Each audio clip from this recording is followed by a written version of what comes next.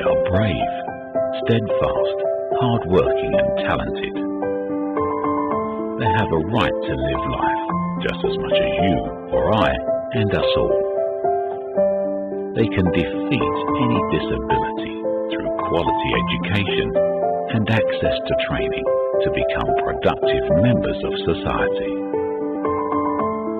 Do your duty and enhance your nation's beauty.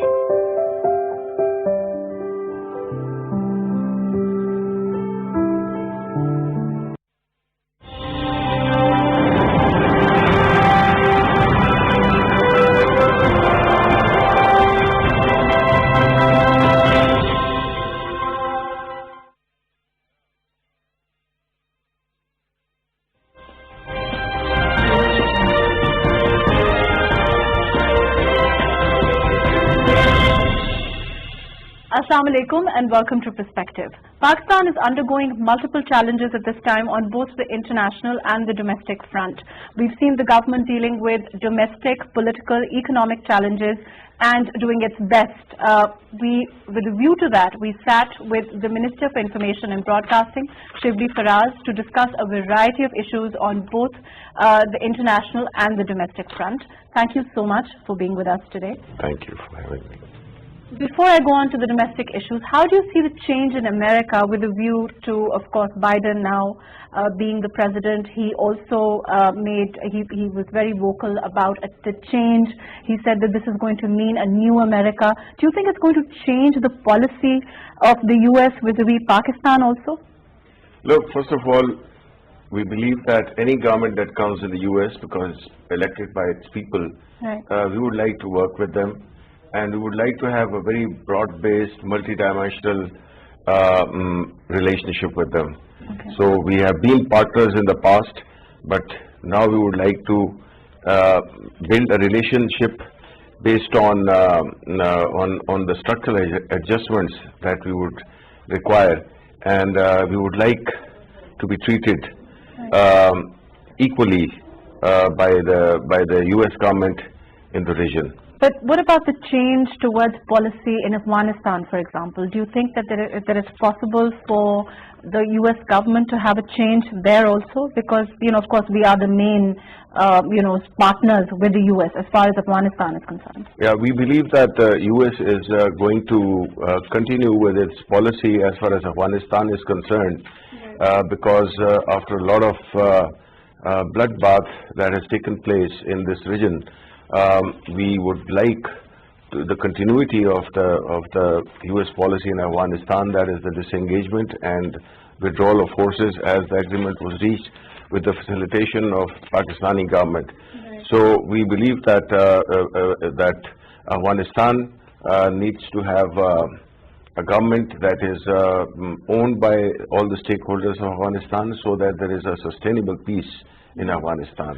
Do you think that, of course, we'll know more as Biden, assumes office and with whatever the plan is? But do you think it's possible that the joint comprehensive plan of action with Iran can be restored, so that of course that would mean more trade for Pakistan? Yes, ideally we would like a peace and prosperity in our neighborhood, because every country is like the international relations. Interdependence has become more important. If your neighborhood is prosperous, there will be trade, there will be prosperity, and there will be peace in the region. So it is in our interest that all our neighbors who are having certain issues with the U.S. government, we hope that they will iron out their differences and create a very congenial atmosphere for all the countries in this region to flourish and prosper. With a view to that, Kashmir is a huge issue for us. It always has been. We've seen how your government has, of course, made some inroads in bringing it to a new light internationally. Do you think that this government, this new administration, can perhaps do a little bit more than the last one with regard to Kashmir? Yes, because as far as the previous government was concerned, I think that the time has come they were looking more inwards, the Trump administration.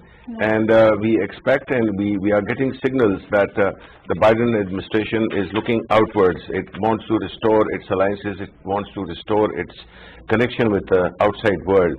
So that is very encouraging, and I think that Mr. Biden, who is a very experienced politician, and he has seen the world in different shades. So we hope that, you know, he will, benefiting from his experience, he will have a more inclusive world rather than an exclusive world. Right. What about India's propaganda as far as Pakistan is concerned? The disinformation, we've exposed India on a new level this time. You know, the world has seen what has been happening in the past. We've had proof.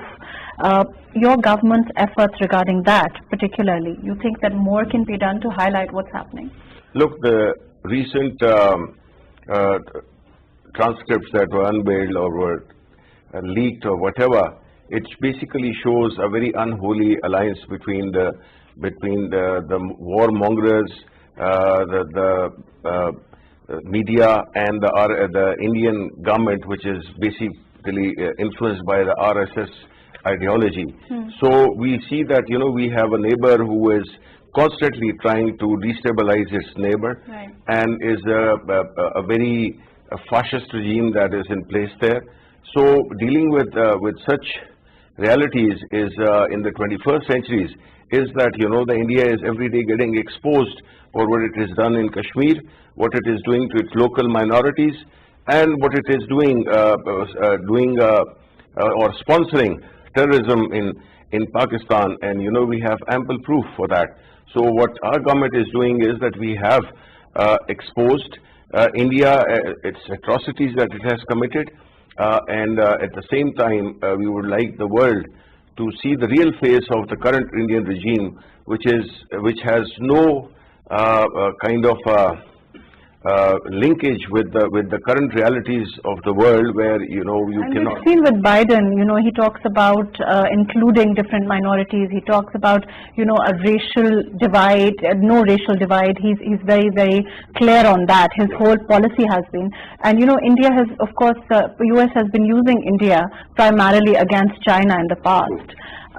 Perhaps that will change, considering, like you're saying, the way India is at present under the regime, Modi's regime. Yes, obviously, U.S. When supporting any country, it is in international affairs. Obviously, you know, you have alliances, you have blocs, you have groupings, but that also has to be in line with the policy of that particular country.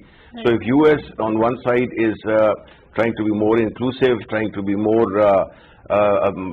looking outward, so its partners who happen to be, in this case, India, they have to be in sync with the policy that they are supporting, which is not like persecuting minorities in India, having very discriminatory laws. So that way, we think that it's the U.S. government will perhaps influence to change the madness that the current regime is responsible for. Certainly. Let's move on and talk about how things are at home. You've been dealing with multitude of challenges. There's no denying that as far as the government is concerned. What about this recent allegation of foreign funding? We've seen, you know, people gather outside the Election Commission. Also, the opposition seems adamant that they will continue doing this. How do you see this development? Do you think that the opposition is getting the kind of support from the people that they perhaps hoped for? No, certainly it's not. I feel very sorry for the opposition parties who are facing humiliation one after another incident. You see, all the shows that they have put up have been very thinly attended, lacked support or the will of the people. And we think that this recent scandal that they have tried to play with, you know, is the foreign funding, which actually is that our Prime Minister, who very openly said that, you know, he would like the proceedings of the Election Commission of Pakistan to be live on media. So that shows our confidence, and that shows our transparency. You know, we are the first party which actually started this funding of political parties, because previously there used to be interest groups, vested interest groups, different criminals who used to finance political parties, and then when they used to come in power, they used to seek favors from them. So it was like a quid pro quo between the criminals, vested interest, and the political parties. But we changed that. The issue itself has become a little muddled, because initially, there was this whole talk about how there was a complete denial as far as the foreign funding issue was concerned, and then it was then followed by an issue that followed by a statement regarding agents by the government. Do you think that that's further confused the issue? Do you think it's a viable response from the government to make that? Not at all. Actually, it's the Election Commission of Pakistan, which is a constitutional body, independent. And we have been in the government only for the last 30 months, whereas the previous governments were that of opposition, that is the Pakistan Muslim League Noon, especially, I mean, in this last 6 years they claim. Right. So like it was their government, so actually the government cannot influence the Election Commission of Pakistan. So we had submitted 40,000 verified, authenticated documents of all those who had funded the party, and it's again I repeat that this is the first time ever in Pakistan where a political leader, the Prime Minister, he being a great fundraiser, he has, as you know, that he has he started his career after the end of his sports career, social work, and he has been a great fundraiser when it comes to the social causes like the cancer hospital, like the universities. So because people trust him, that's why they give money to his causes and to his political party. And those were the funds that were raised on like everywhere in the world, in the Western world and elsewhere, where they have these dinners and they raise money. So why make that response regarding agents as far as this whole issue is concerned? No, obviously when the questions are asked, then you have to reply, and if you pick it up, pick a certain statement, then obviously it becomes very difficult. But the fact is, we have said that the Prime Minister said that you can have a live right. Okay, you're all about proceedings of the Election Commission proceeding. So we are not trying to hide anything. In fact, we have challenged other political parties. In fact, we have put them in a difficult spot, because we have now asked them that they should, because it's just not Pakistan Tehreek-e-Insaf which is responsible to fulfill certain constitutional requirements. It is for the opposition parties also, especially the People's Party, the Pakistan Muslim League Noon, Maulana Fazlur Rahman. They have to explain how they have been funding their parties in such a lavish manner. They claim that they have paid 70 crore rupees to media with no receipts, with nothing. So what we are asking is that it's a law has to be applied to everybody, and we have fulfilled our requirements, and they have to do. So it has kind of backfired on them. Okay, but with regard to the whole issue of looking at politics across the board, allegations of being Jewish or Indian agents, it now seems to be the norm in politics. Unfortunately, we've seen it coming back and forth, Do you think it's a good it needs to stop? Because when you start politicians start calling each other traitors like this, what kind of tone, what kind of image does it really translate into? No, as long as there are some proofs of certain political parties trying to facilitate, trying to push the same rhetoric, the same narrative that our enemies are also doing that. So obviously, we have not branded anybody as traitors. What we have said is that what current government, current opposition is doing. What they are doing is that they are pushing the narrative of our enemies, and that is not acceptable. As far as the calling agents of Israel or else, this is as you know that this issue is very sensitive and very close to people's heart. So, like the current the Maulana Fazlur Rahman, he is using this card off and on because he is using religion as a cover. and to promote his political interests. So, but don't you think this was done in the past also? no, there have been some were unfounded, and some had some element of truth in them. What about another issue, broadsheet? You seem to be grappling with so much as far as, criticism is concerned. Of course, we've seen the opposition of this country come together perhaps like never before. And with broadsheet, that's another issue for the government. Of course, now it's going to be a commission that's going to be headed by a retired judge of the Supreme Court. How do you see this development? How do you see the whole scandal in terms of, the opposition, the government, opposition also saying that it really shows the government in a bad light. The government saying it sort of, vindicates them. The Prime Minister said that, look, this is what it proves, that there is across-the-board corruption, and that he has been saying that from the start. It is very strange that the opposition is claiming what you are saying. The fact is that the broadsheet case, which was basically dealt with some investigation agency by the name of broadsheet, which was contracted by Pakistani government then in the year 2000 to discover the hidden assets of all the political and other people, who had taken the money illegally out of the country.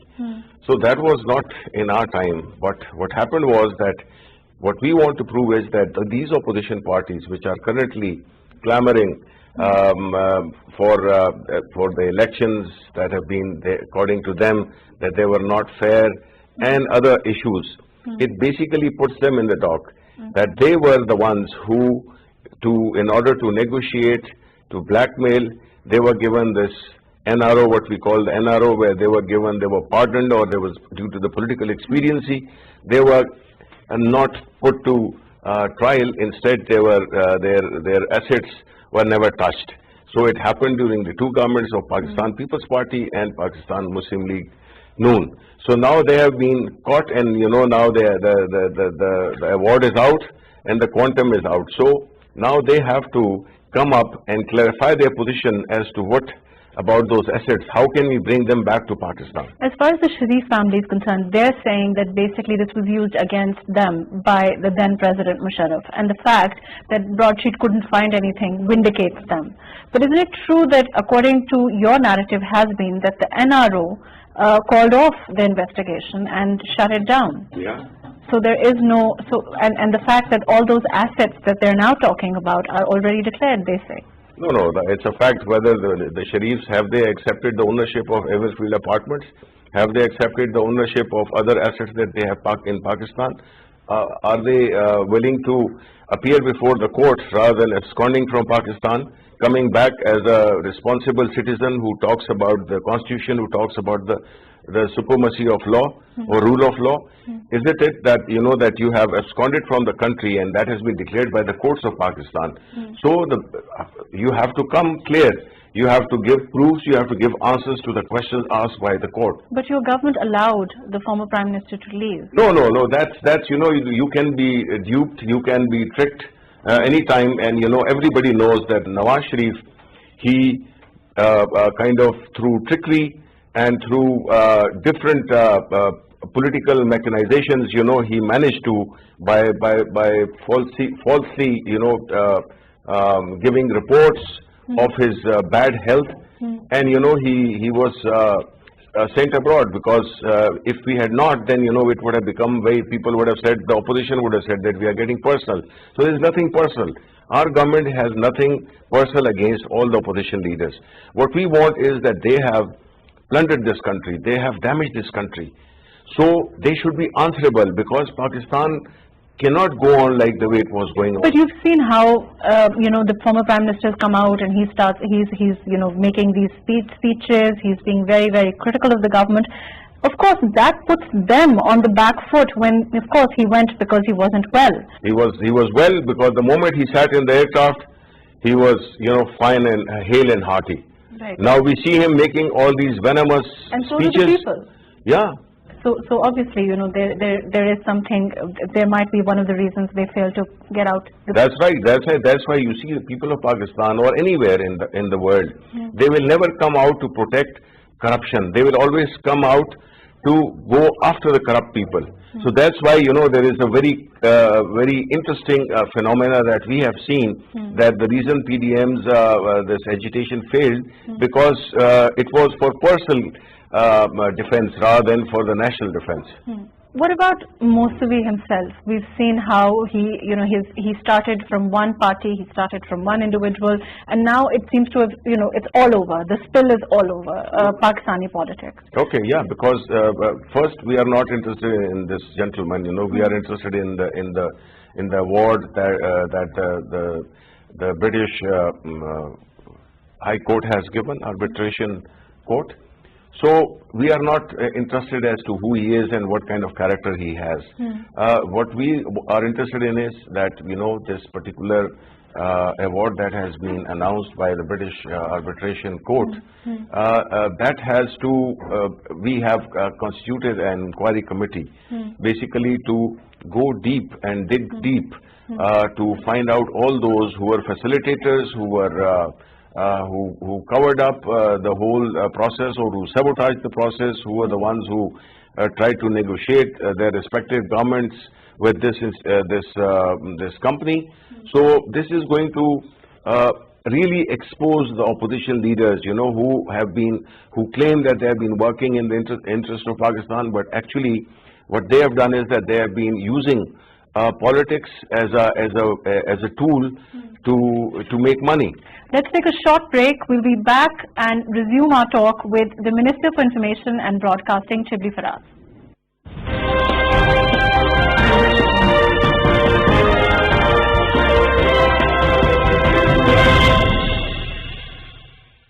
Welcome back.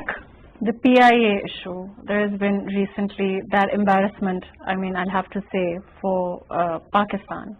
Recordec, broadsheet, whereas, 6 billion in damages potentially for Recordec also. These are issues for the government to tackle. These are potentially embarrassing also. How does the government plan to deal with them? Actually, yes, indeed, they are embarrassing, but we have seen a pattern.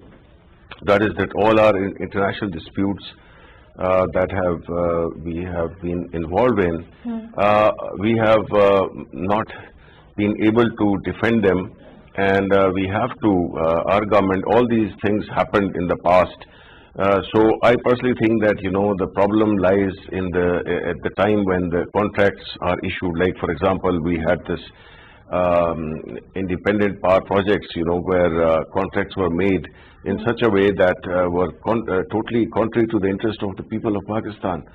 So, and that is damaging us, still it is damaging us, and the recent price hike also reflects that the agreements were flawed, and we need to create a mechanism where all these type of contracts have to go through either the parliamentary committees, so that there is ownership, there is transparency, and there is professionalism in the contracts.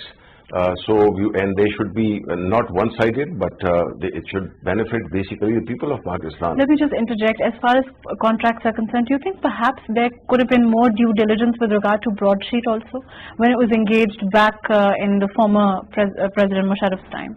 But what happens, when the following governments that came as a result of a compromise on the corruption cases, do you think that they are going to pursue those cases in a transparent manner? No, it's against their interest. It's not that, how can you work against yourself? How can you legislate against your own interest?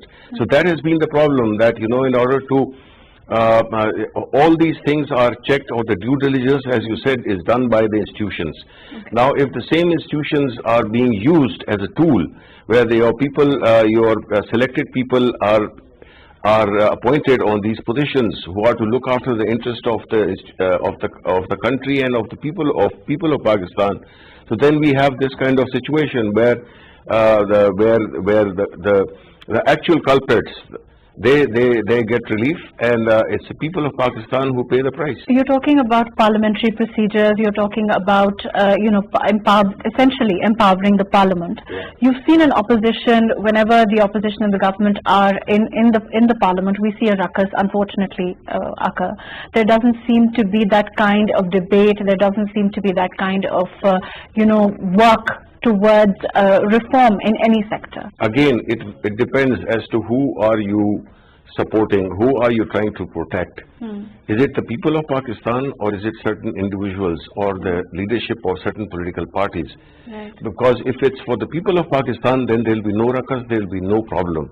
But if the intention is to protect and to facilitate corruption or all those corrupt elements, then obviously there is going to be a ruckus.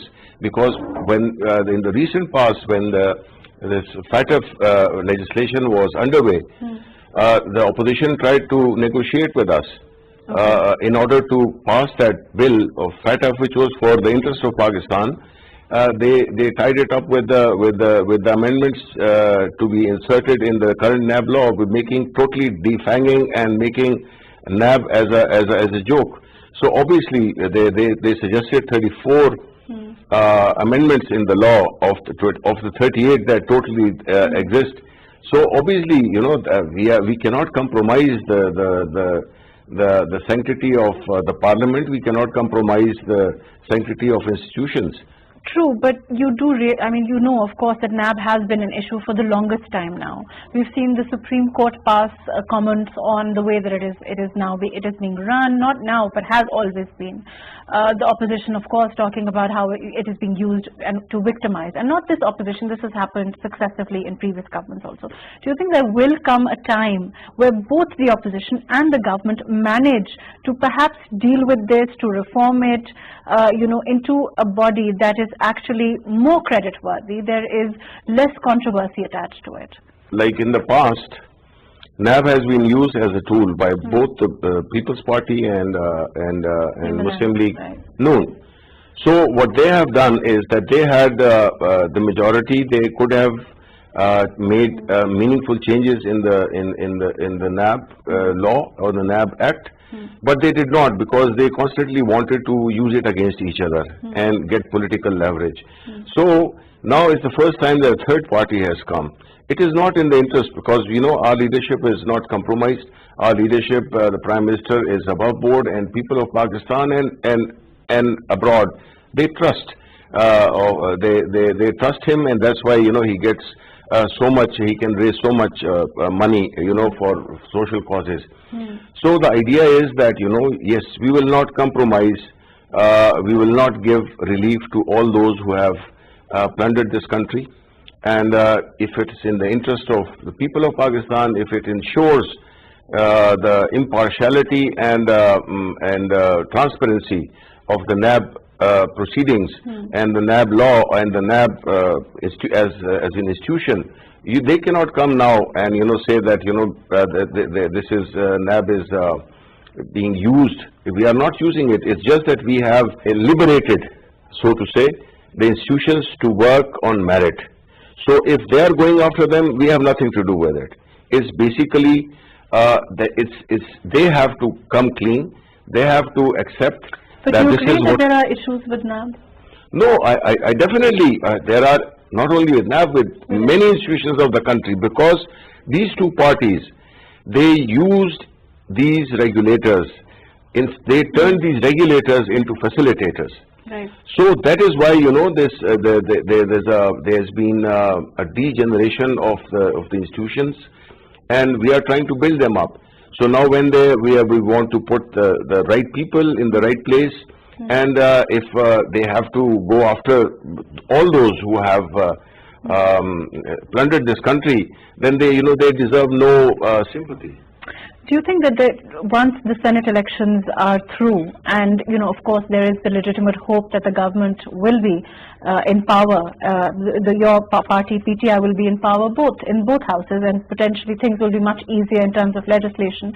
Do you think that you will get to the reform side of things then? Definitely, that it goes without saying, because we were handicapped by the fact that we had a very thin majority in the the upper house, in the lower house, and we were in minority in the upper house. So we could, the legislation would always get stuck in the upper house. Now with us getting a comfortable majority in the upper house as well, we believe and we are convinced that we will push all the legislation, all the reforms that we have in our manifesto, and we certainly hope that this will post-March Senate elections there will be a bit more calm, and because all this is being done to stop Pakistan Tehreek-e-Insaf getting majority in the upper house. It's basically that. There is no other issue. The people of Pakistan are happy with the government despite going through a lot of difficulties as far as the inflation is concerned, which also is due to the fact that our economy was never managed in a way that should have been managed. They encouraged import and they discouraged exports. As a result, we were always short on dollars, and the exchange rate of the country was artificially being maintained. So what we did was that we let the market decide the real value of rupee, which it has, and we have achieved great stability. The government is being criticized, like you have just admitted, in terms of challenges, the price hike, the inflation. There is, of course, issue of economic decline. According to the World Bank, they're saying that they anticipate the growth for the next year to be less than 2.5%. In that kind of an environment, of course, there is the COVID-19 in the background. How does the government propose to deal with the economic challenges? To begin with, the way we have dealt with COVID, it has been phenomenal. It has been acknowledged and appreciated across the world. And we think that we got out of COVID. We are still in it, but mostly, in the first phase, we got out of it very successfully. And we believe that due to COVID, the whole international supply chains got affected, and still we managed to have our record exports of our country. I think that we will, as the time goes on, our economy, our agriculture sector, our construction sector, our export sector, textile, they are moving ahead. And we are quite encouraged by our economic progress that has been made in the last 6 months or so, despite COVID, because most of the economies, including US, UK, Europe, India, their GDPs have shrunk, their growths have shrunk, in fact, some by 7%, some by 6%, some by 4%. So Pakistan, considering that we were never economically very strong because we never focused on our infrastructure and we never focused on our regulatory regime. So that's why, we are building these one by one, and we hope that despite the most lethal challenge that we faced, which the world faced, and if we could manage that, then, the rest is not very difficult for us. The rally that happened 2 days ago in front of the Election Commission, Bilawal Bhutto Zardari was not there. Do you think that this indicates, and in the past we've seen, one or two of the main leaders not be there, and there are issues, there were earlier issues as far as resignations were concerned, there seemed to be a difference of opinion. Now, of course, they've backtracked from that.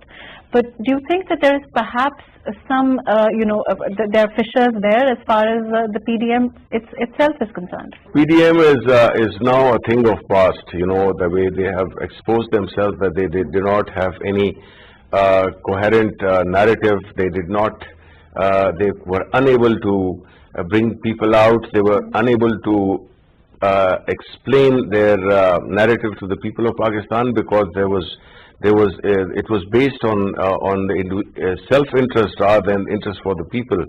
So now, obviously, every time they come up with some show, it's worse than the one they had before. But what about the fact that there is this price hike, inflation? You've seen the shift in narrative. It started with anti-establishment, then it went on, and there has been so much to it. There has been inflation, price hike. Now there is the Israel issue and agents issue and all of that. So there seems to be different kinds of narratives every few couple of weeks. How do you see the fact that this issue can potentially, because we've seen, would you agree that there is perhaps some distrust as far as, some discontentment, I would say, in people, as far as we've seen a price increase today even on, the electricity rates in the people of Pakistan? It is a very good question. The thing is that many people must be wondering as to why PDM failed. PDM failed because it lacks credibility. It has a very, very questionable past. Their policies, their conduct, their corruption, their inaptness. So people have not come out to support them. Had they trusted the opposition parties to lead them to a certain path which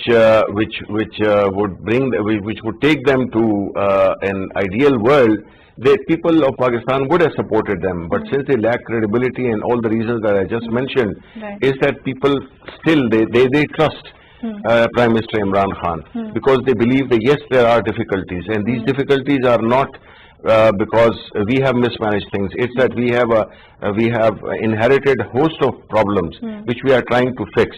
So people are still supporting us. By not supporting them means that they are supporting all that the government of Prime Minister Imran Khan is doing. And inshallah we will talk about it in 6 months to a year time, because like the change, people at times say that where is the change? Change is not an event, it's a process which is underway. And like yesterday there was a major bill passed where the succession certificate, which it took 70 years for this country to realize that like these are the real things which affect people. So there is a lot of things that are in the pipeline, and now we are in a takeoff mode, where we have mostly addressed the structural issues that we inherited, the debt issue, the current account deficit, the exports, the large scale manufacturing. All these things are the tourism. You see, we have it's the first time that But in terms of taking, of course, the Prime Minister has tried to deal with the issue of inflation. He's very much on top of it. There is, of course, cabinet meetings on the issue. And the regularly price control committee meetings. But why does it go? But even in sugar, we've seen it go down and go up again. Is it because of the mafias? Is it your inability to, the government's trying to deal with them, of course, but we haven't seen that kind of result that perhaps people would like to see? You see, the thing is that these cartels, if we may, these cartels, obviously they are very powerful. They have been pampered in the past. They have been patronized in the past. Now, obviously, there are certain supply issues, like, for example, the wheat crisis. We saw that the Sindh government, which was holding on to its stocks, not releasing the wheat, created a kind of disruption in the whole supply chain, and there were prices which were lower in the north from Punjab onwards, and they were very steep in the south. So they created this rate differential where the wheat from Punjab was going up in the black market to Sindh. So Sindh played a very irresponsible and a very mean role in the whole crisis, and they still are. They played the same role in the COVID issue, where they wanted to put complete lockdown, and they were not responding to our strategy, and it showed that that they. On that note, how do you see your relationship with Sindh? Because you said yourself, and we were seeing this, with the federal government and the Sindh government, the relationship has been, like you said, fraught with challenges, with the government of PPP being in power there. How do you see the future for that? They're very much a part of PDM also.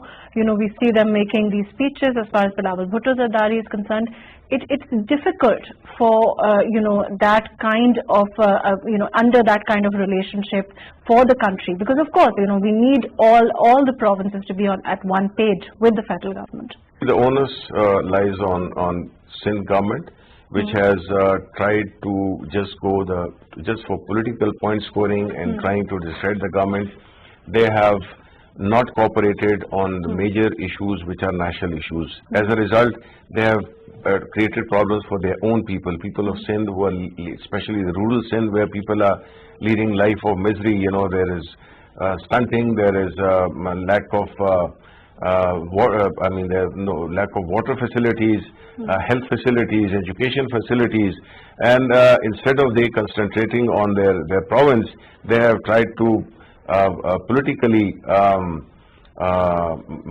create hindrances in the way of the government, like the Bundle Island, where it's a major project which will bring a lot of foreign exchange for the country, and it's going to create a lot of job opportunities for the people of Sindh. It's going to help the industries in Sindh because of that project, but they are creating problems because they don't want this government to succeed. What about Punjab, for example? Before I go on, you know, there is criticism now that this chief minister, there has been comparison with the former chief minister of Punjab. There is talk of how, you know, inexperience perhaps has led to certain issues within the province of Punjab.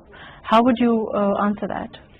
You see, the Punjab government, which had a kind of a monarchy in the form of Shahbaz Sharif, whose brother was the prime minister. So he focused on the projects that would, those were big ticket items, and in big ticket items there is a huge possibility of taking commissions. So he just showed a very superficial face of Punjab, whereas in Punjab also, you know, in the southern Punjab and other areas of Punjab, there is a lot of poverty, there are a lot of problems in the health sector, in the education sector. Now this gentleman, since he does not belong to the aristocracy or to the elite, so-called elite that has captured Pakistan, so there is a lot of propaganda against his performance, his unassuming personality, and he's quietly working, and they have done a major this is just a political propaganda that the opposition is spreading. But the fact is that, you know, he's quietly doing things that would be, that only the future elections would tell. Same was said about us in the Khyber Pakhtunkhwa government when we came in power in 2013. Right. But, you know, you saw that, you know, people gave almost a landslide victory in the re-election, and our party was re-elected there, which seldom happens there. With regard to COVID-19, you know, vaccines are now supposed to be, you know, available shortly. We've seen China is going to help out with regard to that. How do you see the distribution of it? How do you see, because that's also going to be a task for the government. Yeah, actually for that it is important that, you know, we have our priorities right. So there has to be some mechanism or some merit in as to who is going to get these vaccines first. So it was decided by the cabinet that all those who are above 65 and above, and the paramedic staff, that is our first priority, is the paramedic staff, the doctors who are in the front line of fight against COVID. And then as we get these out of the way, then, you know, there will be another criteria set for vaccination as to who is going to get first. You've been Information Minister for a while now. How do you see the situation with regard to, what's your vision with regard to the Information Ministry and also PTV, which is of course the national mouthpiece? My biggest desire and effort would be to make the Information Ministry a very transparent, a very credible, professional team or a ministry, which basically, instead of just doing propaganda, would like to disseminate the true information about Pakistan, Pakistan's narrative across the world, which we have not been actually doing for so many years. And our ministry needs to come up to the challenges of the current times, which is very, very demanding, as there are so many platforms of information that have come up, which like 20 years ago were not there. So my idea is to stretch the outreach of the Information Ministry, not only looking inwards, but at the same time meeting the challenges that come from the outside. Some of the challenges you faced when you came in to the Information Ministry, to this of course it's a very public face now, and like you said, things are different from what they were earlier, much different. So no, it's very challenging, it's very demanding, and I think that the shelf life of Information Minister is not very long, because it's a very stressful job. It's 24/7, and there is no relief, there is no respite. So I think that if you manage to build a good team, right, then I think that it would be quite an interesting job to handle, and we are building a team, and that it takes time, but once very shortly we will be having a good team post Senate elections. right. So it will become a very vibrant ministry, a happening ministry, and a ministry which has credibility, because that is the most important thing that I want to achieve. Right. The credibility, the news, the information given should be credible, so that it can gain the trust of people locally and internationally. Right. Thank you so much for being with us. Thank you for your time. Let's hope that the government and your ministry will achieve all the goals that you've set forward for them. Let's hope that there will be the kind of reform, the kind of change that, of course, the government has been voted in for. Thank you for joining us today on Perspective.